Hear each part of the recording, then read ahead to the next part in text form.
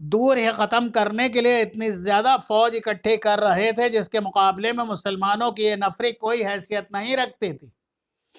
اسلامی فوج کی نفری تو پہلے ہی کم تھی، اور خالد رضی اللہ تعالی عنہ 9,000 نفری کی جو قمق لے کر گئے تھے، اس کے ہر فرد کو بالکل خشک اور ناقابل برداشت حد سے زیادہ گرم صحرا نے 5 دنوں میں چوس لیا تھا۔ ان کے جسموں میں دم خم ختم ہو چکا تھا، اور ان میں سے کچھ تو شہید ہو گئے تھے، اور کچھ ایسے تھے جن پر صحرا نے بہت برا اثر کیا تھا۔ وہ 8-10 دنوں کے لیے بیکار ہو گئے تھے۔ باقی نفری کو بھی 2-3 دن آرام کی ضرورت تھی، لیکن احوال و قوائف ایسے تھے کہ آرام کے لیے مہلت نہیں مل سکتی تھی۔ دشمن بیدار اور تیار تھا، اور یہ بڑی ہی طاقتور دشمن تھا۔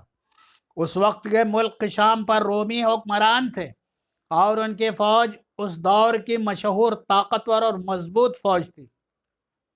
اس دور میں 2 ہی شہنشاہیاں اور ان کی فوجیں مشہور تھیں، ایک فارس کی فوج اور دوسرے رومیوں کی۔ دور دور تک ان دونوں فوجوں کی دھاک بیٹھی ہوئی تھی۔ نفری زیادہ ہونے کے علاوہ ان کے ہتھیار برتر تھے۔ روم کی فوج کے متعلق تاریخ نویسوں نے لکھا ہے کہ جس راستے سے گزرتی تھی اس راستے کی بستیاں خالی ہو جاتی تھیں۔ فارس کی جنگی طاقت کو تو مسلمانوں نے بڑی تھوڑی نفری سے ختم کر دیا تھا، اور عراق کے بے شمار علاقے پر قبضہ کر لیا تھا۔ اب مسلمان دوسری بڑی جنگی طاقت کو للکار رہے تھے۔ رومی اکیلے نہیں تھے، ان کا اتحادی غسان کا بڑا ہی طاقتور قبیلہ تھا۔ رومی جب ان علاقوں میں آئے تھے تو غسان بہت لمبی مدت تک لڑتے رہے تھے۔ رومیوں نے شام کے وسیع علاقے پر قبضہ کر لیا تو بھی غسانی لڑتے رہے۔ وہ رومی فوج کی سرحدی چوکیوں پر شب خون مارتے رہے، اور کبھی رومیوں کے مقبوضہ علاقے کے اندر دور تک جا کر بھی حملے کرتے۔ غسانیوں اور رومیوں کی یہ جنگ نسل بعد نسل چلتی رہی۔ آخر رومیوں کو تسلیم کرنا پڑا کہ غسانی ایک قبیلہ نہیں، قوم ہے، اور انہیں تحت نہیں کیا جا سکتا۔ چنانچہ رومیوں نے غسانیوں کی الگ قومی حیثیت تسلیم کر لی، اور انہیں شام کا کچھ علاقہ دے کر انہیں اس طرح کے خود مختاری دے دی کہ ان کا اپنا بادشاہ ہوگا، وہ کسی حد تک روم کے بادشاہ کے تحت ہوگا۔ یہ بڑا پرانا واقعہ ہے۔ وقت گزرتے کے ساتھ ایک غسانی قبیلہ ایسی صورت اختیار کر گیا کہ اس کے شاہی خاندان کو روم کا شاہی خاندان سمجھا جانے لگا۔ آج کے اردن جنوبی شام پر غسانیوں کی حکمرانی تھی۔ یہ بھی رومیوں کی طرح ایک بادشاہی تھی جس کی فوج منظم اور طاقتور تھی، اور اسے ہتھیاروں کے معاملے میں بھی برتری حاصل تھی۔ اس بادشاہی کا پایا تخت بصرہ تھا۔ مسلمان رومیوں اور غسانیوں کو للکار کر بہت بڑا خطرہ مول لے چکے تھے، اور جنگ کا یہ دستور ہے کہ حملہ آور فوج کی نفری اس ملک کی فوج سے 3 گنا نہ ہو تو کم از کم 2 گنی ضرور ہونی چاہیے، کیونکہ جس فوج پر حملہ کیا جاتا ہے وہ قلعہ بند ہوتی ہے، اور ساتھ ہی وہ فوج تازہ دم بھی ہوتی۔ ہمراہ آور فوج بڑا لمبا سفر کر کے آتی ہے، اس لیے وہ تازہ دم نہیں ہوتی۔ جس فوج پر حملہ کیا جاتا ہے وہ اپنے ملک میں ہوتی ہے، جہاں اسے رسد اور قمق کی سہولیت حاصل ہوتی ہے۔ اس کے مقابلے میں حملہ آور فوج اس سہولت سے محروم ہوتی ہے۔ وہاں کا بچہ حملہ آور فوج کا دشمن ہوتا ہے۔ مسلمان جب شام پر حملہ کرنے گئے تو ان کی نفری 37,000 تھے، اور 28,000 وہاں پہلے سے موجود تھے، اور 9,000 خالد رضی اللہ تعالیٰ عنہ لے کر گئے تھے۔ یہ 9,000 مجاہدین فوری طور پر لڑنے کے قابل نہیں تھے۔ جس ملک پر وہ حملہ کرنے گئے تھے وہاں کم و بیش 1.5 لاکھ نفری کی تازہ دم فوج موجود تھی، اور مقابلے کے لیے بالکل تیار تھی۔ 5 دنوں کے بھیانک سفر کے بعد جب مجاہدین نے چشمے کا پانی پی لیا اور کھانا بھی کھا لیا تو ان پر غنودگی کا طاری ہونا قدرتی تھا۔ انہیں توقع تھی کہ انہیں کچھ دیر آرام کی مہلت ملے گی۔ آرام ان کا حق بھی تھا، لیکن اپنے سالار اعظم خالد رضی اللہ تعالیٰ عنہ کو دیکھا۔ خالد رضی اللہ تعالیٰ عنہ اب اونٹ کی بجائے اپنے گھوڑے پر سوار تھے۔ اس کا مطلب یہ تھا کہ ایک لمحے کا بھی آرام نہیں ملے گا۔ مورخ واقعی نے لکھا ہے کہ خالد رضی اللہ تعالیٰ عنہ نے ہلکی سی زرہ پہن رکھی تھی۔ انہیں یہ زرہ اس چشمے پر آکر پہنی تھی، یہ زرہ مسلمہ قذاب کی تھی۔ خالد رضی اللہ تعالیٰ عنہ نے جب اسے شکست دی تھی تو اس کی زرہ اتروا کر اپنے پاس رکھ لی تھی۔ یہ ارتداد پر فتح حاصل کرنے کی یادگار تھی۔ اس فتح کی ایک نشانی اور بھی خالد رضی اللہ تعالیٰ عنہ کے پاس تھی، یہ تلوار تھی۔ یہ بھی مسلمہ قذاب کی ہی تھی۔ خالد رضی اللہ تعالیٰ عنہ نے وہی تلوار کمر میں باندھ رکھی تھی۔ واقعی کے مطابق خالد رضی اللہ تعالیٰ عنہ کے سر پر زنجیروں والی خود تھی اور خود پر انہوں نے امامہ باندھا ہوا تھا۔ امامے کا رنگ سرخ تھا۔ خود کے نیچے انہوں نے جو ٹوپی پہن رکھی تھی وہ سرخ رنگ کی تھی۔ خالد رضی اللہ تعالیٰ عنہ کے ہاتھ میں سیاہ اور سفید رنگ کا پرچم تھا، جو صرف اس لیے مقدس نہیں تھا کہ یہ قومی پرچم تھا، بلکہ اس لیے یہ پرچم ہر لڑائی میں رسول کریم صلی اللہ علیہ وآلہ وسلم اپنے ساتھ رکھتے تھے۔ جب آپ صلی اللہ علیہ وآلہ وسلم نے خالد رضی اللہ تعالیٰ عنہ کو سیف اللہ یعنی اللہ کی تلوار کا لقب فرمایا تو اس کے ساتھ انہیں یہ پرچم بھی دیا تھا، اور پرچم کا نام عقاب تھا۔ ان 9000 مجاہدین میں جہاں صحابہ کرام بھی تھے، وہاں خالد رضی اللہ تعالیٰ عنہ کے فرزند عبد الرحمن بھی تھے، جن کی عمر 18 سال تھی۔ ان میں امیر المومنین ابو بکر صدیق رضی اللہ تعالیٰ عنہ کے نوجوان فرزند بھی تھے، ان کا نام بھی عبد الرحمن ہی تھا۔ مجاہدین کھا پی کر ادھر ادھر بیٹھ گئے تھے۔ انہوں نے اپنے سالار اعلیٰ کو گھوڑے پر سوار اور اپنے درمیان گھومتے پھرتے دیکھا تو سب اٹھ کھڑے ہوئے۔ خالد رضی اللہ تعالیٰ عنہ نے زبان سے کچھ نہ کہا، وہ ہر ایک کی طرف دیکھتے اور مسکراتے تھے۔ ان کے خود اور جرہ دیکھ کر اور ان کے ہاتھ میں رسول اللہ صلی اللہ علیہ وآلہ وسلم کا پرچم دیکھ کر مجاہدین سمجھ گئے کہ ان کے سالار اعلیٰ چلنے کو تیار ہیں۔ تمام مجاہدین کسی حکم کے بغیر اٹھ کھڑے ہوئے۔ اب اونٹوں کے بجائے گھوڑوں پر سوار ہو گئے۔ وہ جان گئے کہ اللہ کی شمشیر تھوڑی سی دیر کے لیے بھی نیام میں نہیں جائے گی۔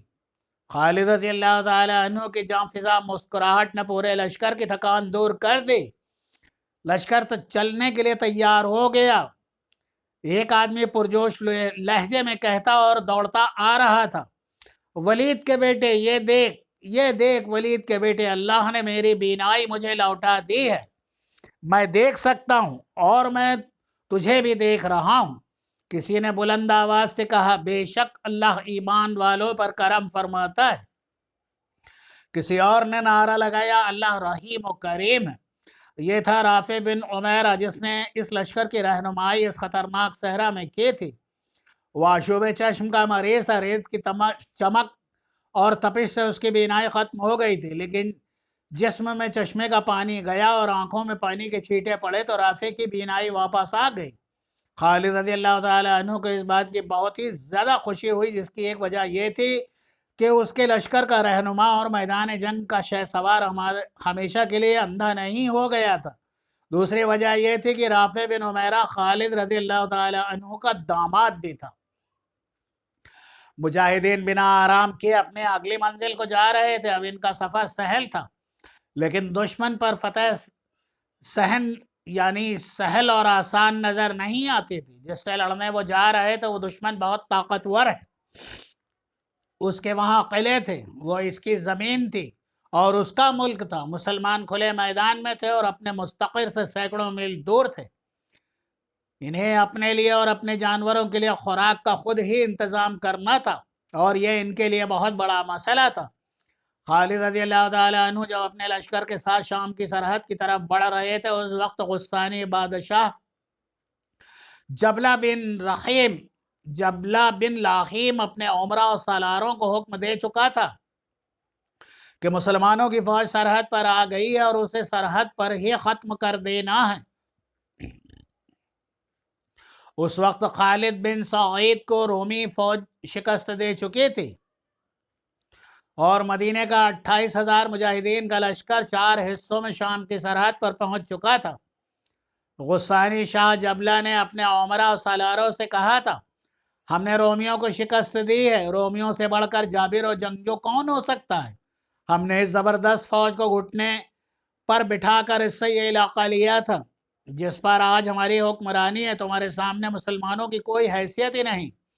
یہ مت سوچو کہ مسلمانوں نے فارسیوں کو شکست دی اور انہیں اٹھنے کے قابل نہیں چھوڑا۔ فارسی بزدل تھے۔ اپنے آباء و اجداد کی شجاعت کو یاد کرو۔ اگر تم نے اپنے اوپر مسلمانوں کا خوف طاری کر لیا تو رومی جو آج ہمارے بھائی بنے ہوئے ہیں کل تم پر چھوڑ دوڑیں گے، پھر تم دو دشمنوں کے درمیان پس جاؤ گے۔ مسلمانوں کی تعداد بہت تھوڑی ہے اور وہ زیادہ دن تمہارے سامنے نہیں ٹھہر سکیں گے۔ ایک محمد سالار نے کہا شہنشاہ غسان ان کی تعداد تھوڑی ہے، تو کیا وجہ ہے کہ فارس کے تمام نامور سالار ان کے ہاتھوں مارے گئے ہیں؟ یہ کہنا ٹھیک نہیں ہے کہ فارسی بزدل تھے۔ کیا ہم اپنے آپ کو دھوکہ نہیں دے رہے؟ کیا مسلمانوں نے فراز کے میدان میں رومیوں اور فارسیوں کی متحدہ فوج کو شرمناک شکست نہیں دی؟ جبلہ بن لاہیم نے کہا ضرور دی ہے، میں تمہاری بات کر رہا ہوں۔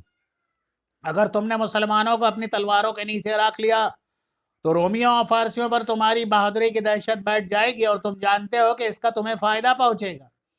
میرا حکم یہ ہے کہ سرحد کی ہر ایک بستی میں یہ پیغام دو کہ مسلمانوں کا لشکر یا اس کا کوئی دستہ کسی بھی طرف سے گزرے تو اس پر حملہ کر دو اور اسے زیادہ سے زیادہ نقصان پہنچانے کی کوشش کرو۔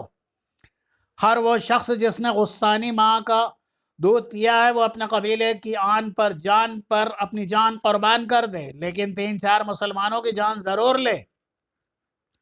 میں اپنے آپ کو دھوکہ نہیں دے رہا، میں ان مسلمانوں کو کمزور نہیں سمجھتا جو اپنے وطن سے اتنے دور آ گئے۔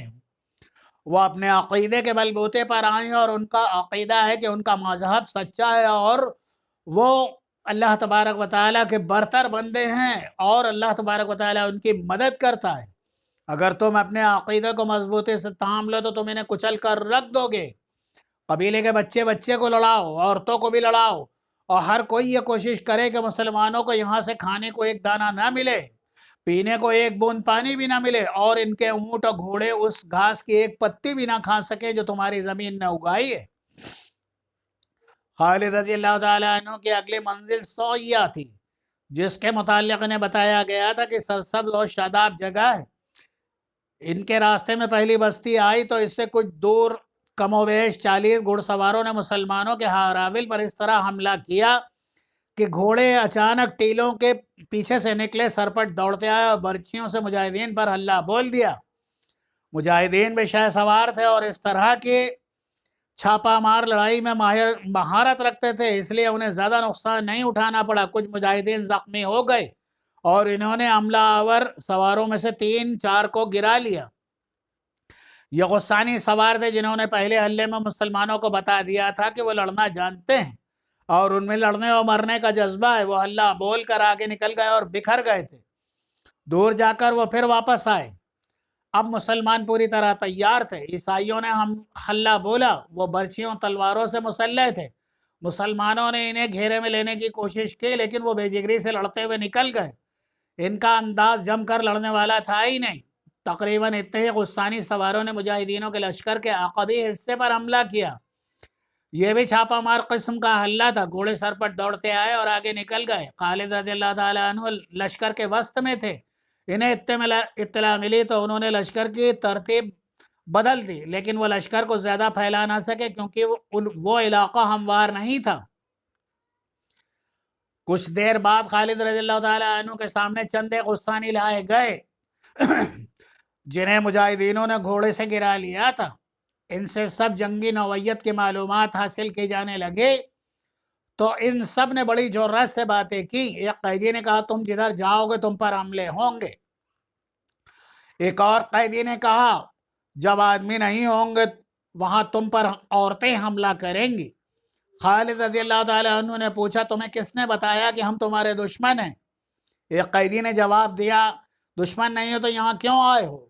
ان قیدیوں نے اور کچھ تو نہ بتایا کہ ان کی فوج کتنی اور کہاں کہاں۔ ان سے یہ پتہ چلا کہ تمام سرحدی بستیوں میں ان کے بادشاہ کا یہ حکم پہنچا تھا کہ مسلمانوں پر حملہ کرتے رہیں تاکہ مسلمان غسانیوں کی فوج کے مقابلے میں آئیں تو وہ تھکے ہوئے اور کمزور ہو چکے ہوں۔ ایک قیدی نے کہا تمہیں اناج کا ایک دانہ بھی نہیں ملے گا، پینے کو پانی کا ایک قطرہ بھی نہیں ملے گا۔ ایک اور قیدی نے کہا تمہارے اونٹوں اور گھوڑوں کو ہم بھوکا مار دیں گے، ہماری زمین یہ گھاس کی ایک پتی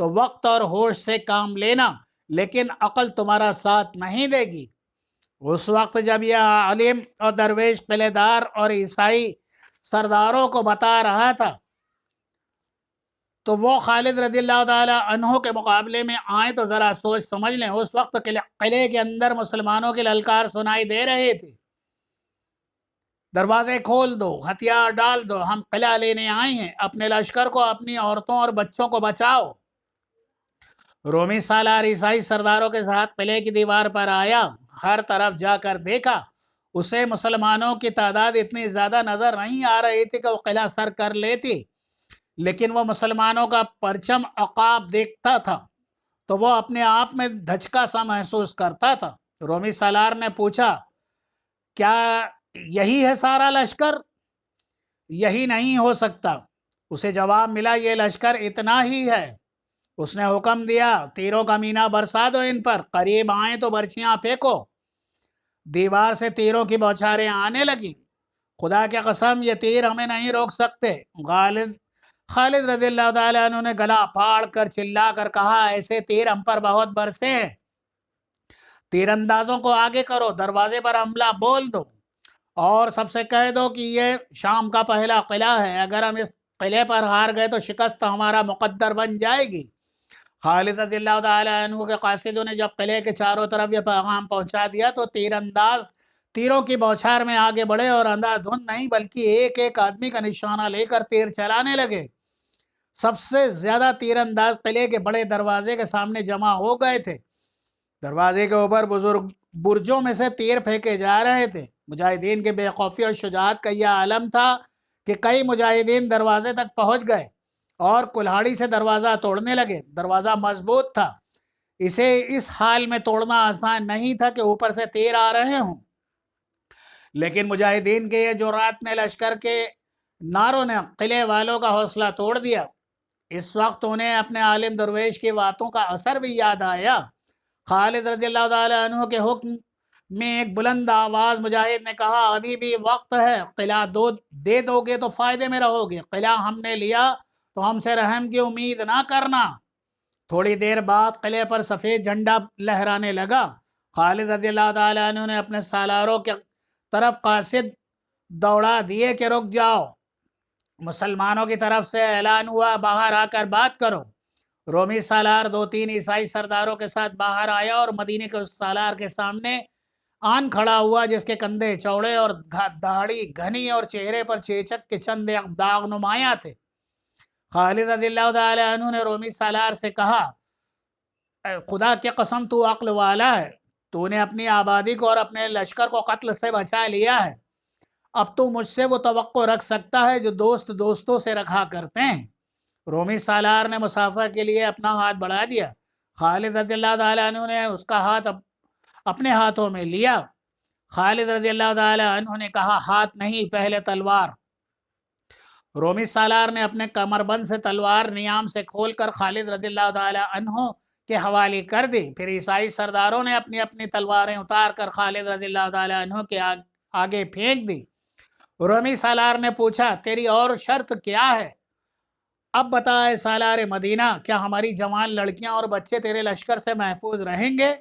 خالد رضی اللہ تعالی عنہ نے کہا، ہم تمہاری بیٹیاں اٹھانے کے لیے نہیں آئے ہیں رومی سالار، ہم جزیہ لیں گے، کوئی اور محصول نہیں لیں گے۔ اگر تو کچھ دیر اور لڑتا تو ہم قلعہ اپنے زور سے لے لیتے اور آرک کی اینٹ سے اینٹ بچ جاتی، اندر لاشوں کے ڈھیر لگ جاتے۔ تو امن سے آیا ہے، امن سے جا، اپنی لڑکیوں کو، بچوں کو اور ان کی ماؤں کو ساتھ لے جا، اور دل میں یہ بات رکھ کہ ہم لوٹ مار کرنے نہیں آئے، ہم کچھ دینے آئے ہیں، یہ ہمارا عقیدہ ہے اسلام، اس پر غور کرنا۔ مورخ لکھتے ہیں کہ رومی سالار اور عیسائی سردار خوفزدہ حالت میں آئے تھے۔ خوف یہ تھا کہ خالد رضی اللہ تعالیٰ عنہ انہیں قتل کر دے گا، لیکن خالد رضی اللہ تعالیٰ عنہ نے جزیہ کے سوا کوئی شرط عائد نہ کی۔ اب رومی اور عیسائی خوف زدہ نہیں، حیرت زدہ تھے۔ انہیں یقین نہیں آ رہا تھا کہ کوئی مفتوحہ فتح کے ساتھ اتنی فیاضی سے پیش آ سکتا ہے۔ ان لوگوں پر یہ کرم کیا گیا کہ صرف فوج کو وہاں سے نکالا گیا، باقی تمام آبادی اور امن و امان میں موجود رہی۔ بہت سی دعاؤں کے ساتھ اللہ حافظ۔